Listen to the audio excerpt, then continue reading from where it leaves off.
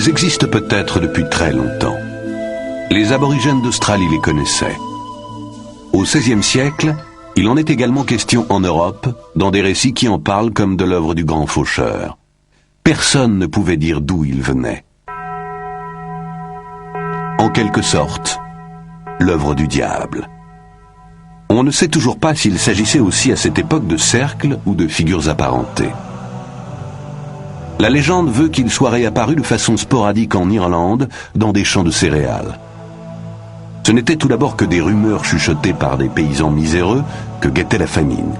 Ils croyaient plutôt au retour du grand géant Finn McCool, dont ils pensaient reconnaître les traces de pas dans l'herbe.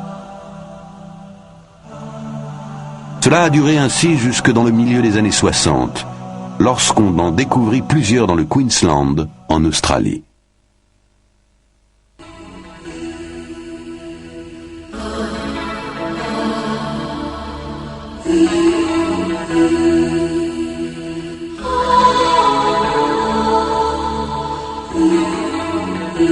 Des traces énigmatiques dans les blés. Au milieu des années 70, des cercles isolés se sont tout d'abord formés dans le sud de l'Angleterre. À une bonne heure de route de Londres, à quelques kilomètres seulement de l'une des plus grandes villes du monde, centre économique et axe de communication du monde moderne.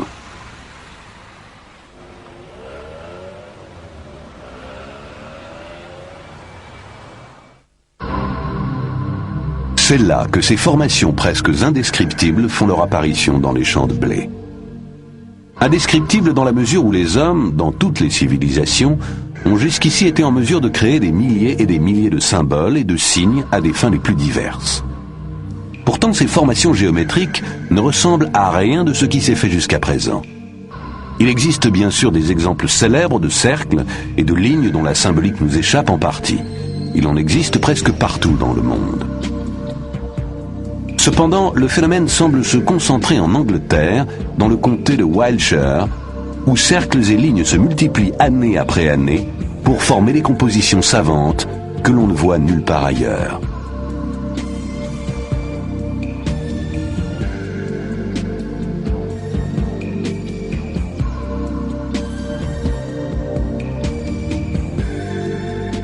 Depuis, les gens affluent du monde entier vers les localités voisines des très nombreux lieux de culte des temps immémoriaux que compte ce pays, comme Glastonbury, Stonehenge ou Avebury.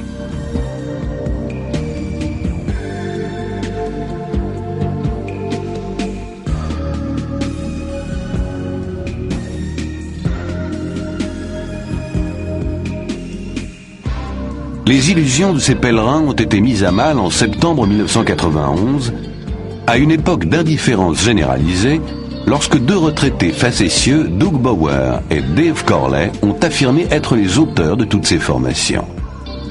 Mais des centaines de formations en 3 mois, alors que le blé est en train de croître et de mûrir, il paraissait très improbable qu'ils aient pu faire ça tout seuls. Et lorsqu'on les a interrogés, ils n'ont même pas été capables de reconnaître les formations qu'ils prétendaient avoir eux-mêmes dessinées. Il y a eu, bien entendu, beaucoup de fraudeurs. Mais se sont-ils vraiment inspirés de Bower et Corley? Dessiner des ronds dans l'herbe est-il en passe de devenir, à l'instar de tant de formes d'expression qui n'ont pas trouvé leur place dans les livres d'histoire, l'emblème d'une subculture à laquelle appartiendrait aussi la tradition des arbres de mai des localités voisines?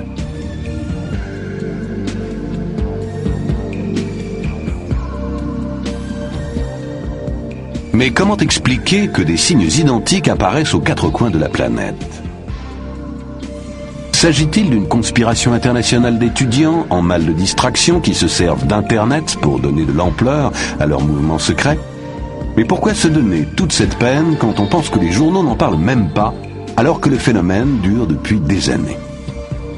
Le monde s'est mis à parler des fameux crop circles en 1990 et 91, puis bientôt plus rien dans la presse grand public. C'est comme si, dans toutes les années qui ont suivi, rien ne s'était passé. Pourtant, le phénomène se produisait toujours sans qu'aucune explication ne soit trouvée.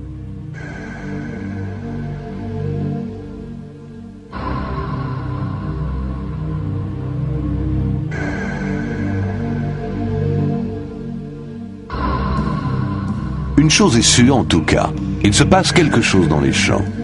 Les observations et les descriptions convergent de façon extraordinaire. Les spéculations vont bon train et on déploie chaque jour des trésors d'imagination. Il faut d'ailleurs reconnaître que les Anglais ont toujours excellé dans les histoires à dormir debout. Nous sommes pourtant en présence d'un phénomène réel, qu'on peut toucher. Tout un chacun peut, s'il le veut, entrer dans un cercle, sauter dedans à pieds joints. Chacune de ces formations décrit en son centre une spirale caractéristique autour de laquelle le blé est couché, soit dans le sens des aiguilles d'une montre, soit à rebours.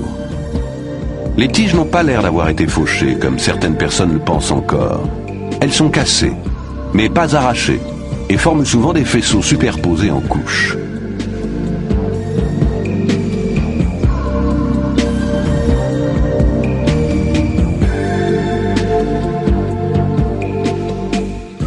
En 1991, environ 250 cercles simples sont apparus, mais aussi, comme en 1990, des formations de grande taille, atteignant 240 mètres de long et présentant des formes très étranges. En 1992, on en compte 180, dont plusieurs certainement fausses. Les critères permettant de distinguer une vraie formation d'une contrefaçon sont assez difficiles à déterminer. Pour pouvoir se prononcer, il est important, semble-t-il, que les traces soient fraîches, et que personne n'ait encore pénétré à l'intérieur. Mais cela est impossible à mettre en pratique car personne ne peut dire où apparaîtra le prochain pictogramme. Cela dit, certains chasseurs de traces ont décelé des champs électromagnétiques jusqu'à 3 jours après l'apparition. Des piles qui ont en temps normal une autonomie d'1 heure et demie se vident en 10 minutes, comme si leur énergie était aspirée. Des scientifiques du monde entier, toutes disciplines confondues, se sont rendus dans le sud de l'Angleterre, là où se produisent ces phénomènes, pour trouver des explications rationnelles sur le mode empirique. Depuis, de nombreuses revues scientifiques abordent la question. George Wingfield, éditeur de la revue The Cerealogist, est l'un des plus grands spécialistes dans ce domaine.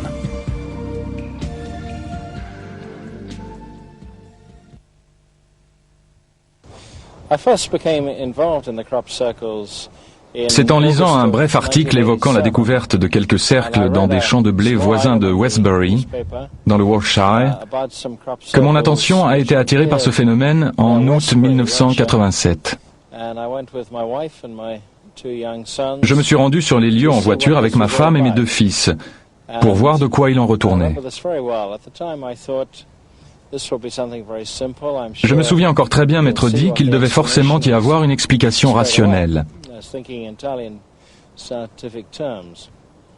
De par ma formation, j'avais l'habitude de penser selon un schéma scientifique. Mais nous avons dû rapidement admettre que ces 2 cercles que nous avions sous les yeux avaient quelque chose d'énigmatique. Nous avons essayé toutes les hypothèses. Peut-être des vents tourbillonnants, ou un phénomène atmosphérique du même genre.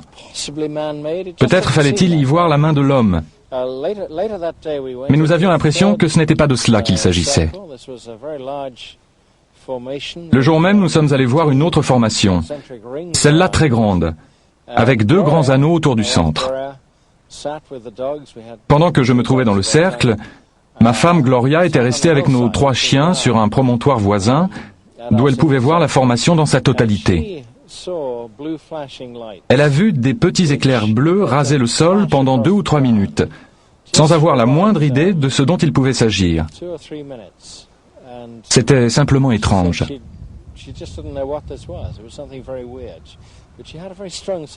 Elle m'a dit ensuite qu'elle avait eu l'impression qu'il y avait quelque chose dans le champ que l'on ne pouvait pas voir, mais dont la présence produisait ce phénomène lumineux.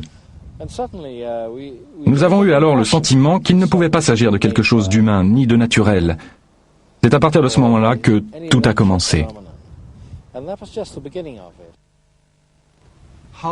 Quel effet les révélations de Bower et Corley ont-elles eu sur vous? Puisque c'était dans l'intérêt des médias, cette revendication a sans aucun doute eu un grand retentissement dans l'opinion publique. Mais aucun des chercheurs qui avaient directement accès aux dossiers concernant ce phénomène depuis ses débuts a cru que ces deux individus pouvaient être les coupables. Il suffisait en effet de procéder à une analyse graphologique et d'étudier attentivement les réponses qu'ils ont faites aux questions qui leur ont été posées pour comprendre qu'ils n'ont jamais rien eu à voir dans tout cela.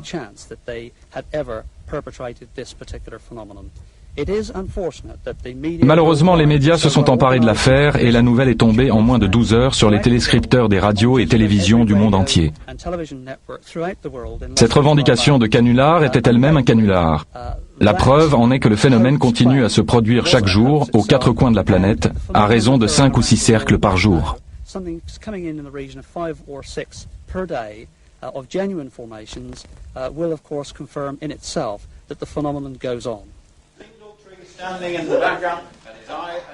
À l'instar de Doug Bauer, certains hoaxeurs, ainsi que les Anglais appellent les auteurs de canulars, ont tombé le masque. Afin de vérifier leurs allégations, comme quoi ils dessinaient, comme Bauer et Corley, des cercles la nuit à l'aide d'une corde, d'une barre ou d'un rouleau, un magazine allemand a organisé, avec la participation du célèbre biologiste Rupert Sheldrake de l'université de Cambridge, un concours consistant à dessiner la nuit des crop circles sans s'éclairer à la lampe torche ou d'une quelconque autre manière. L'existence des crop circles est incontestable. C'est un phénomène avéré. La question est de savoir quelle en est la cause. L'hypothèse selon laquelle ils sont d'origine humaine n'a pas encore pu être écartée. Il n'est d'ailleurs pas sorcier de coucher des épis de blé au sol. L'objectif du concours était de s'assurer que les différents motifs dont on prétend qu'ils ne peuvent pas être tracés par la main de l'homme sont effectivement impossibles à dessiner. Aussi avons-nous proposé aux candidats des modèles réputés non reproductibles pour voir comment ils allaient se tirer d'affaire. Les résultats obtenus ont montré que tous ces motifs sont en fait assez faciles à imiter. J'ai néanmoins été impressionné par la qualité des travaux effectués.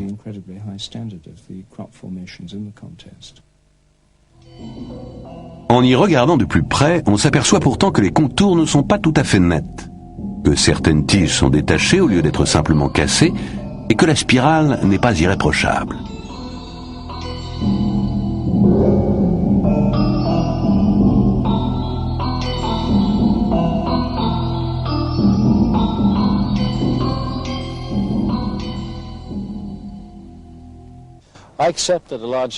Je veux bien croire qu'une grande partie d'entre eux a été faite par des hommes, surtout ces dernières années. Depuis que l'attention de l'opinion publique a été attirée sur les crop circles, c'est-à-dire vers 1989-1990, lorsqu'il en a été beaucoup question dans les journaux et à la télévision, beaucoup de gens se sont sentis concernés. Et il était dès lors inévitable que certaines personnes se mettent à en dessiner elles-mêmes et à développer des motifs complexes, dont beaucoup sont aujourd'hui parfaitement exécutés et irréprochables d'un point de vue géométrique.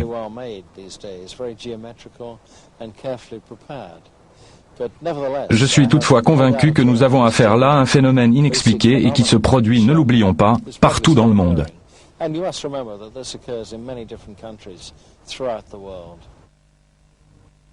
Andy Thomas est l'auteur d'un livre intitulé Fields of Mystery et l'éditeur de la revue Sussex Circular. Contrairement à ce que le nom de son mensuel pourrait laisser penser, il entend traiter l'affaire des crop circles d'un point de vue international.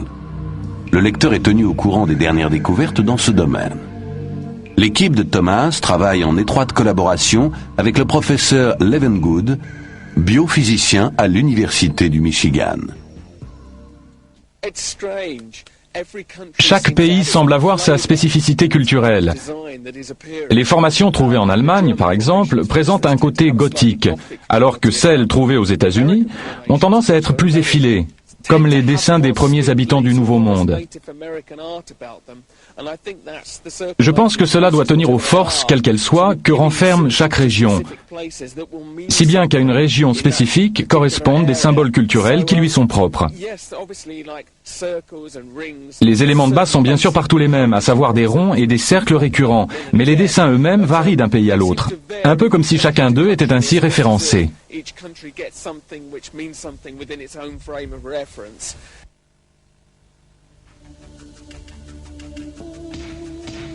Dans les premières années qui ont suivi l'apparition des formations complexes, des projets de grande envergure ont été mis sur pied afin d'en découvrir les auteurs. Dès 1989, lors de l'opération White Crow, la première en son genre menée à l'aide de caméras à infrarouge, des bruits étranges furent enregistrés à l'intérieur des cercles et sont restés inexpliqués. En 1990, c'était le tour de l'opération Blackbird, menée avec la participation de l'armée britannique, de la BBC et de MTV. Vint ensuite l'opération Blue Hill, puis l'opération Argus, devant permettre de déterminer les éventuelles influences radioactives et électromagnétiques. Les recherches furent menées par la branche américaine du Centre d'études des Crop Cycles, le CCCS, en collaboration avec des chercheurs de l'Université de Las Vegas et de physiciens canadiens, coordonnés par la branche britannique du CCCS.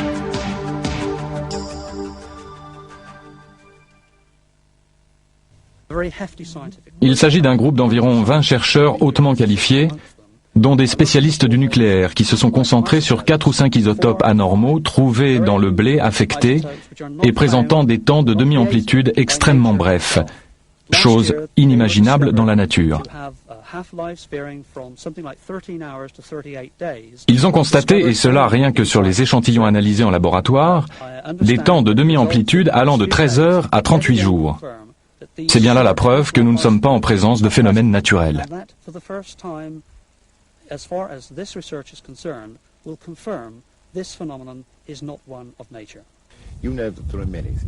Les thèses avancées vont de la croyance en une espèce de force spirituelle primitive jusqu'à l'exploration de la Terre par des extraterrestres. L'objectif de notre opération Argus est de rassembler des faits scientifiques clairs en relation directe avec les événements constatés.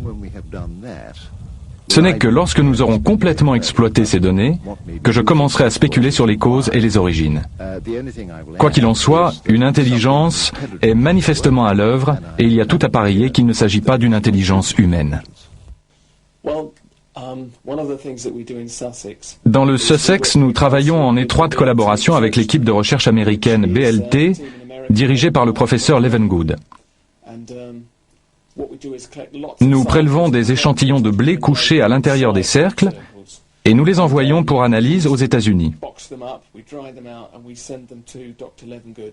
Le professeur Levengood a découvert que des mutations biologiques avaient eu lieu, ne pouvant s'expliquer par le simple fait que le blé ait été foulé mécaniquement. Les nœuds des tiges sont très volumineux, comme s'ils avaient été gonflés de l'intérieur par une sorte de chauffage n'ayant duré qu'une fraction de seconde.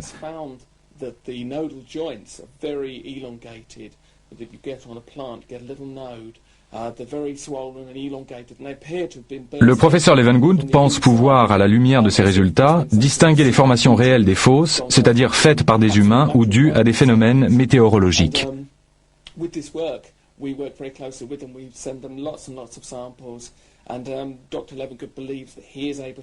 Le professeur Levengood suit de près un phénomène très important, à savoir la mutation génétique structurelle des végétaux. Il a découvert que les graines contenues dans les épis se trouvant à l'intérieur des cercles présentent un état des plus étranges, connu sous le nom de polyembryonie. Il s'agit d'une déviance génétique se caractérisant par la formation de plusieurs embryons dans un même épi. Mais comme il n'y a pas de production d'albumène, ces embryons ne peuvent pas germer. Les mêmes anomalies ont été constatées sur des échantillons que je lui ai moi-même envoyés d'Australie, de Tchadekin au Canada, ainsi que des États-Unis.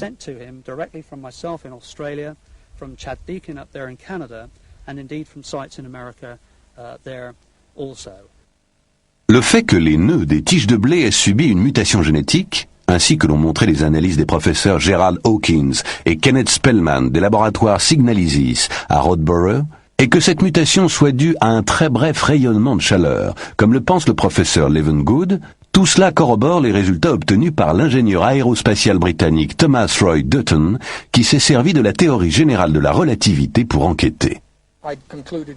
J'en suis venu à la conclusion que nous ne disposons actuellement d'aucune technologie humaine capable de produire pareil phénomène. J'ai tendance à penser que seule une sorte de rayonnement gravitationnel pourrait expliquer pourquoi le blé n'est pas brûlé. Qu'entendez-vous par rayonnement gravitationnel ? À la vérité, nous ne savons pas encore grand-chose sur le rayonnement gravitationnel. Ce qui est sûr, c'est qu'il est constitué d'une série d'ondes dans le champ spatio-temporel. Il faut se représenter l'espace-temps alternativement compressé et détendu dans une série d'ondes. Lorsqu'elle s'applique à des objets, cette alternance provoque une sorte de vibration.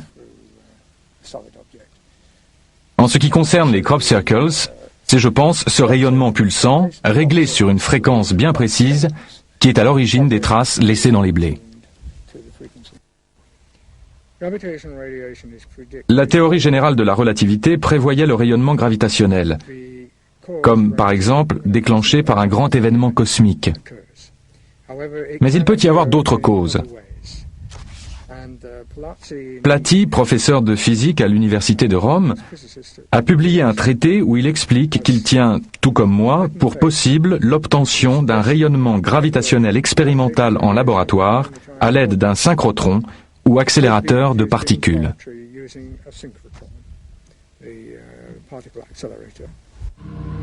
Puisque les résultats obtenus isolément par différents scientifiques ne se contredisent pas, voire se superposent et se complètent, et que la technologie mise en cause ne correspond pas à l'état actuel de la science et dépasse les compétences humaines, la théorie de la composante extraterrestre semble prendre corps. Mais parmi les personnes enthousiasmées par les crop circles, certaines sont prêtes à se contenter de la beauté des formations et de l'effet qu'elles produisent dans leur esprit. Patricia Murray, une Californienne de Santa Monica, vient tous les ans dans le sud de l'Angleterre pour observer ces cercles fascinants.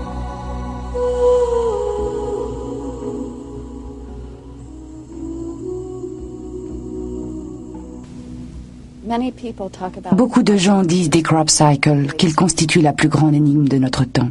Et c'est exact.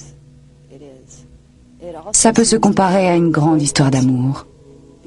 C'est comme tomber amoureux de l'inconnu. On sait prendre son propre pouvoir imaginatif, de la force qui émane de cette terre, de la nature. Quand on entre dans le crop cycle, on a l'impression de flotter dans l'espace interplanétaire. Ils viennent de quelque part, on ne sait pas d'où, ni qui ou quoi les a produits, mais ils ont l'air de venir d'ailleurs. Et pourtant, ils sont dans nos champs. Et d'une certaine façon, ils n'appartiennent pas non plus tout à fait à leur monde d'origine. On se trouve donc dans un espace sous tension, entre deux mondes.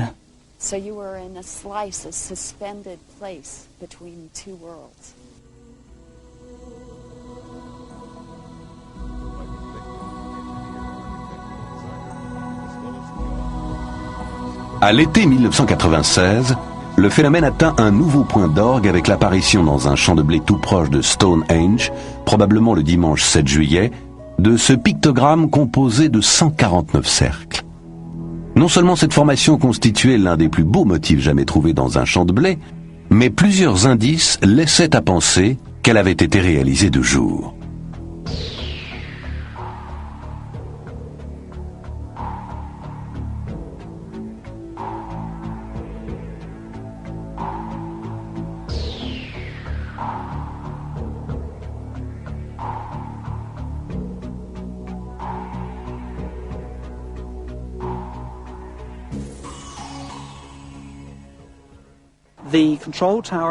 J'ai appris par le biais officiel que la tour de contrôle de Truxton avait reçu le 7 juillet en fin d'après-midi le message radio d'un pilote affirmant avoir aperçu la formation.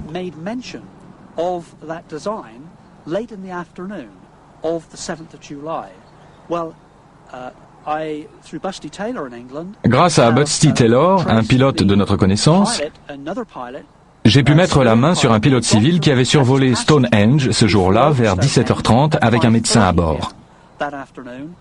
Les deux hommes sont absolument certains que cette énorme formation d'environ 300 mètres de long, au dessin fantastique, n'était pas là à cette heure.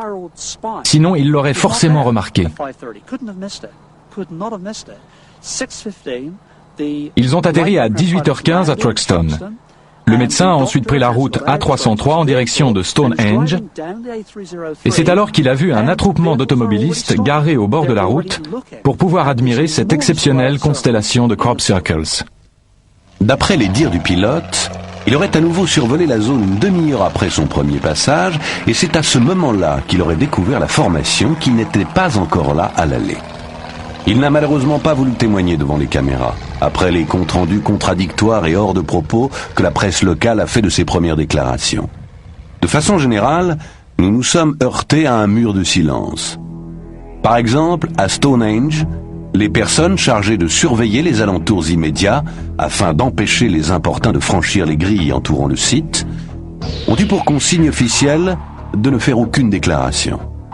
Nous avons tout de même appris de sources officieuses qu'elles n'avaient remarqué aucune activité inhabituelle au cours de cette journée. Pour réaliser une formation de cette envergure, n'importe qui aurait eu besoin de plusieurs heures de travail et d'application.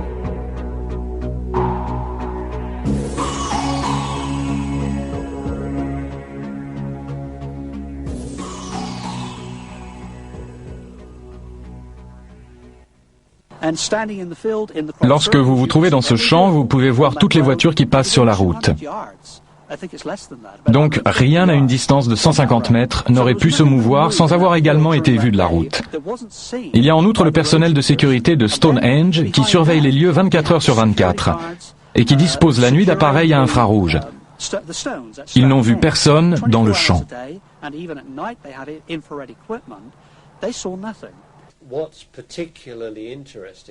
Ce que la formation de Stonehenge a de particulièrement intéressant, c'est qu'elle est l'une des plus complexes qui nous ait été donnée de voir.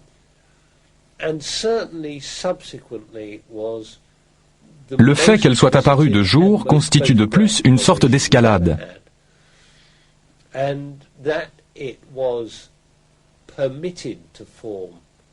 À mon avis, par là, leurs auteurs veulent attirer de plus en plus notre attention sur ces manifestations.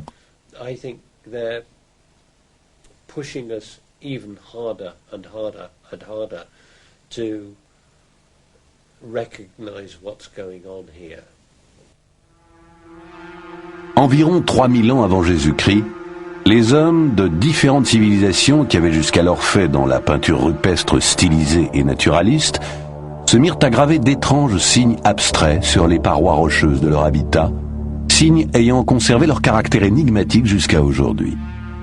Comme dans les crop circles, dont il est l'élément de base, le cercle est un motif récurrent que l'on trouve par milliers aux quatre coins de la planète. Il semble que ce soit un symbole élémentaire, indissociable de l'histoire de l'humanité. Il apparaît dans les vestiges de la culture celtique, aussi bien que dans les cimetières anglais, ou sous forme de spirale dans les galeries funéraires de Newgrange en Irlande. Les spirales et les cercles symbolisaient-ils autrefois le voyage labyrinthique vers le royaume des morts, le long chemin semé d'embûches qu'est la vie et l'éternel retour du destin inexorable? Ce que nous retrouvons dans les cercles modernes, se développant avec les progrès des connaissances, correspond-il à des œuvres commémoratives ou à des marques d'inventaire?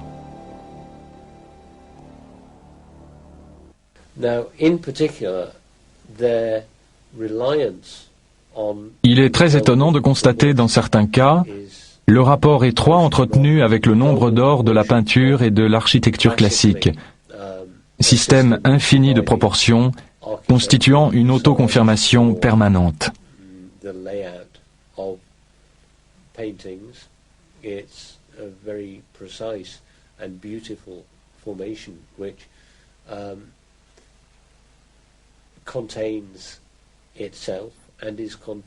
Ce qu'il y a d'intéressant avec le nombre d'or, c'est que c'est un système de proportions dont Dieu lui-même se sert pour créer une fleur ou un arbre.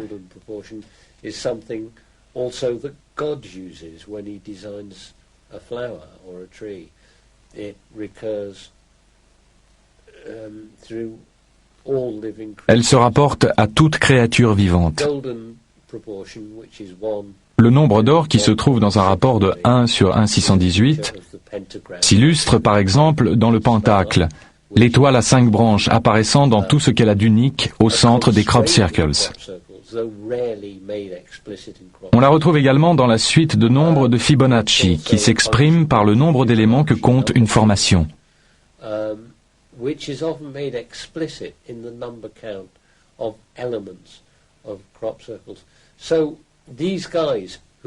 Une chose est sûre, les auteurs de ces cercles connaissent toutes ces règles sur le bout des doigts.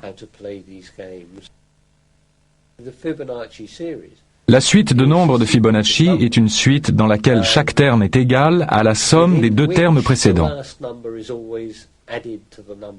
En divisant juste avant le chiffre obtenu par le résultat de l'addition, on se rapproche de plus en plus du nombre d'or, et ainsi de la proportion 1 sur 1/618.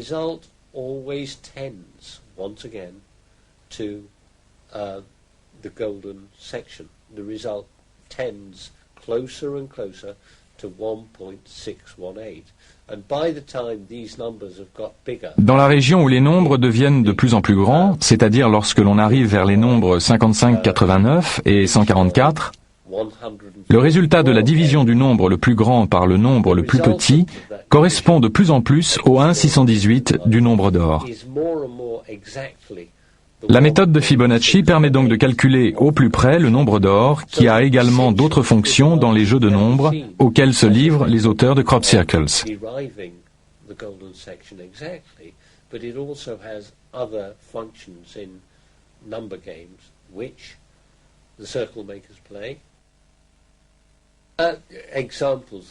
Les exemples en sont les formations reposant sur le nombre 5, comme l'étoile à 5 branches, qui n'est apparu ces derniers temps qu'une seule fois.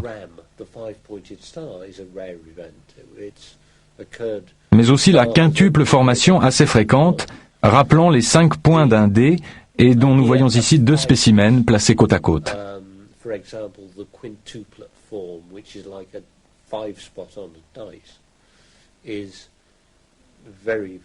Les autres formations à avoir un rapport avec la série de Fibonacci sont l'immense spirale Dalton-Barnes de 1996, comprenant 89 cercles, ainsi que la formation de Windmill Hill de cette année, dont les 3 bras comptaient 34 cercles principaux à raison de 11, 11 et 12 cercles par bras, et non pas 11, 11 et 11, comme n'importe quel dessinateur aurait fait. De toute évidence, la formation devait atteindre le nombre magique de Fibonacci de 34.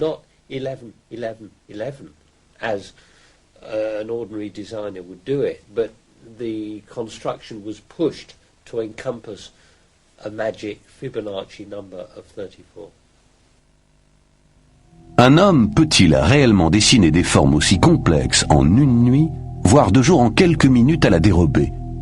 À cela s'ajoute le fait que beaucoup de formations, en particulier les plus grandes, se trouvent en plein milieu de champs vallonnés, sur des élévations, et sont pourtant parfaitement géométriques, comme on peut s'en rendre compte en les survolant en avion. Comment des concepteurs humains auraient-ils pu prendre en compte tous les paramètres et parvenir à un tel résultat? Voilà une tâche particulièrement ardue. Toutefois, année après année, les rapports s'accumulent qui font état de phénomènes lumineux non identifiés, semblant parfois prendre des formes matérielles. Aussi, les premières années, on disait que le phénomène ne pouvait pas être d'origine terrestre.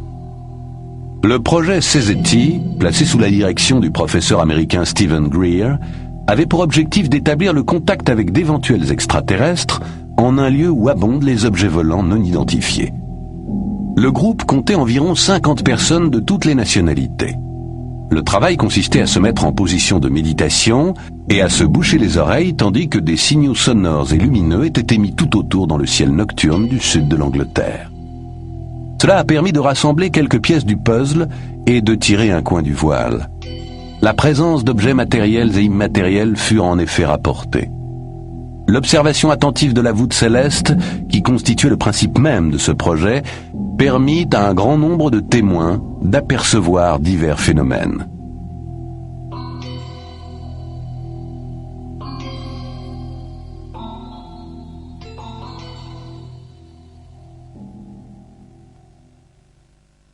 Nous nous trouvions dans le Toothmead Field, avec notre groupe en train d'exécuter le point CE5 du procès-verbal, installé dans un crop circle, lorsque nous avons été surpris par une pluie torrentielle. Il faut préciser qu'avant cela, nous avions déjà aperçu, à 10 ou 15 minutes d'intervalle, 4 objets non identifiés se dirigeant vers l'est et semblant planer au-dessus de l'horizon. Pendant un court laps de temps, 2 qui sont apparus en même temps. Tout ça se passait à une altitude d'environ 3000 mètres, mais il est difficile de se faire une idée précise.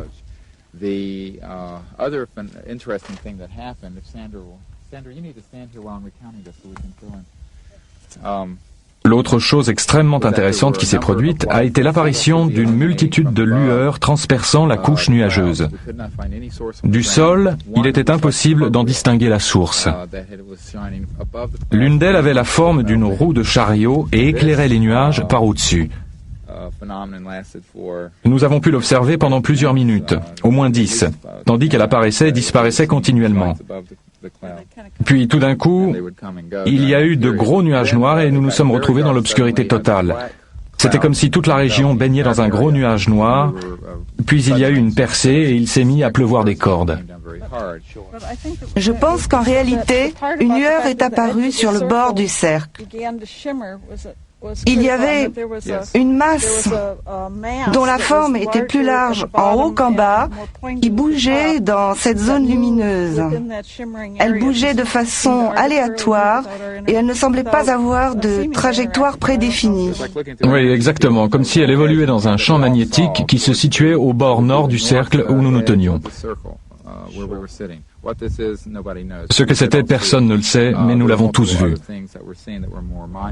Par ailleurs, il y avait d'autres phénomènes, mais de moindre importance que dans le cercle principal. Avec la pluie, tout le monde sur le haut de la colline a été trempé, ce qui nous a contraints à partir. J'ai eu l'intuition de venir nous garer ici, sur cette route. Tout le monde est parti, sauf nous quatre, qui nous sommes garés là, Chris Mansell, Sandra Small, moi-même et Annika. Une fois à Woodborough Hill, il s'est mis à pleuvoir et il a fallu interrompre l'observation. Steve, Sandra Small, Annick et moi avons été les seuls à rester sur la route au sud de Woodborough Hill.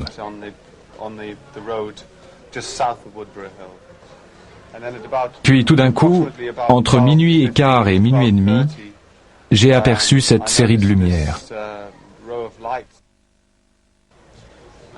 Nous étions assis dans la voiture et tout d'un coup il a crié « Qu'est-ce que c'est que ça ?» Puis il est sorti pour aller cogner à la vitre de Steve Greer. La voiture de Chris et de son amie Annika était derrière la nôtre. Sur le coup de minuit 20, minuit et demi, il vient cogner à ma vitre côté conducteur. Il frappait si fort que j'ai cru qu'il allait me la casser, tellement il était excité. J'ai baissé la vitre et il m'a crié « Regarde, regarde donc un peu ça !» Il y a une soucoupe en train d'atterrir. C'est donc bien Chris qui l'a vu le premier. Je suis sorti de la voiture pour aller prévenir Steve. Nous voulions voir ça de plus près, car nous étions persuadés que cette formation lumineuse ne pouvait pas être celle d'un avion, d'un hélicoptère ou d'une voiture. Qu'il était tout simplement impossible de se l'expliquer.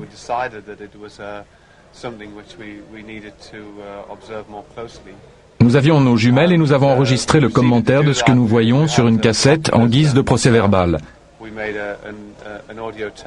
Il s'agissait grosso modo d'une série de lumières allant du rouge au bleu qui tournaient autour d'une structure de gauche à droite.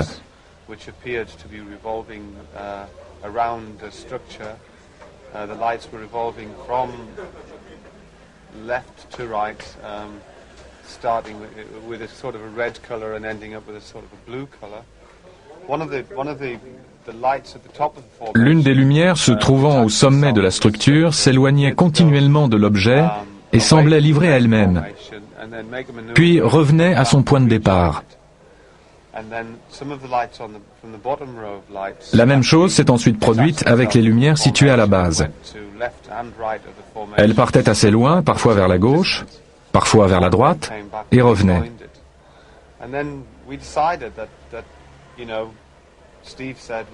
Steve a dit qu'il voulait essayer d'entrer en contact.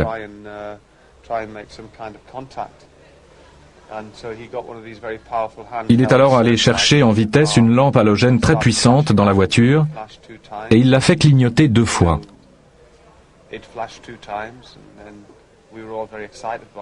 À notre grande surprise, l'objet a répondu par un double clignotement.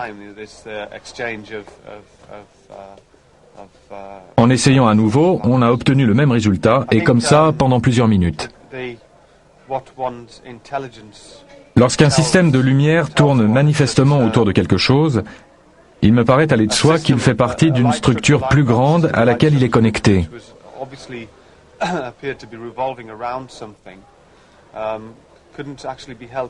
Je ne vois pas comment il pourrait en être autrement. Mais maintenant, qui peut dire vraiment ce qui est de l'ordre du possible et ce qui ne l'est pas?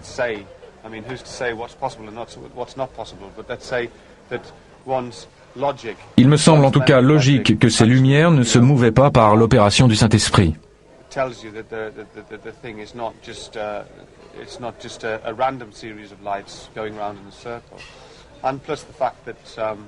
D'ailleurs, lorsque l'objet s'est rapproché du sol, nous avons cru voir des contours se détacher sur les arbres en arrière-fond, comme si la forme se précisait.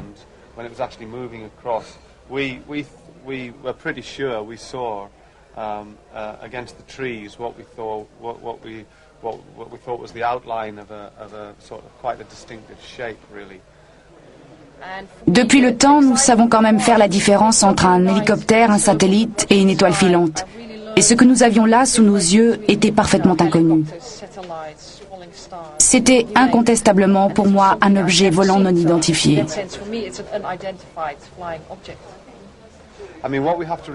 Il faut préciser que c'est tout à fait par hasard que nous nous trouvions là à ce moment-là. Personne ne pouvait le savoir, et il ne peut donc pas s'agir d'une blague que quelqu'un aurait voulu jouer à l'équipe de Steve Greer.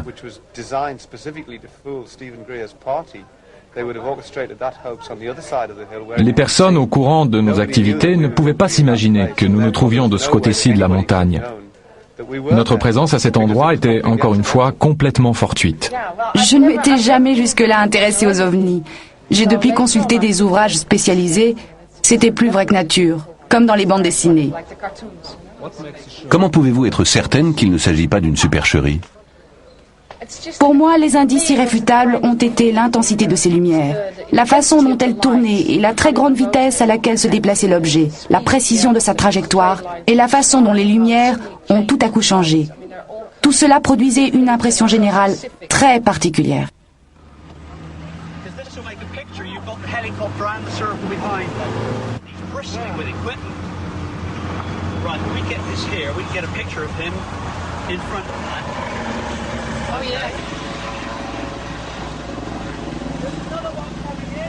Colin Andrews et ses collègues ont été témoins de l'intérêt que porte l'armée au problème des crop circles lorsqu'à l'été 1994, ils ont aperçu un hélicoptère militaire volé à Alton Barnes au-dessus d'un champ où l'on découvre chaque année plusieurs formations intéressantes. Les lieux sont pourtant surveillés à l'aide de caméras infrarouges depuis 1991. Les occupants de l'hélicoptère, apparemment très agités, portaient toute leur attention sur un objet identique à la soucoupe filmée en 1990 par Steve Alexander au même endroit.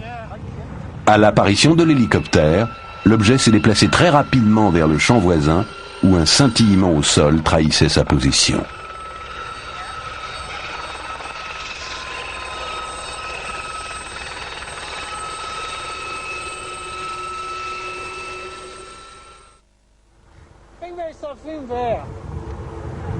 In front of him there is something, I don't know what it is.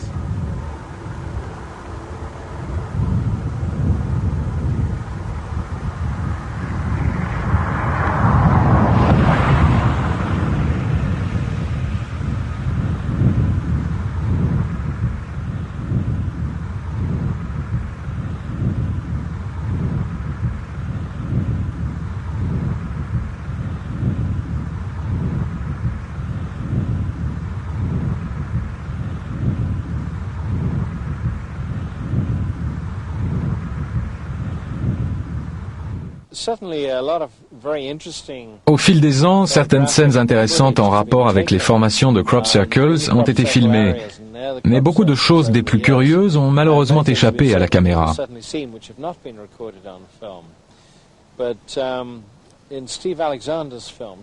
La vidéo tournée en 1990 par Steve Alexander montre une petite soucoupe de seulement quelques centimètres de diamètre raser un champ, disparaître dans le blé